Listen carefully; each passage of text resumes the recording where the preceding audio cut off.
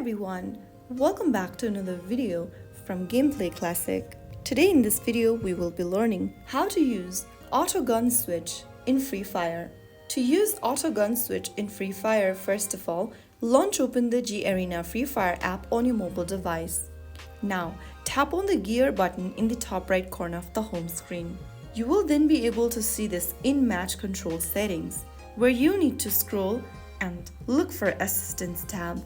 Now go ahead and swipe a bit up and you will see Auto Switch Gun option. Tap on the on button right next to Auto Switch Gun. Now during matches, Free Fire will automatically switch to your other weapon whenever your current one runs out of bullets, saving you in the combat. So that is how you can easily enable Auto Switch Gun in Free Fire. If you found the video helpful, don't forget to like, share and subscribe to the channel for more Free Fire tutorials.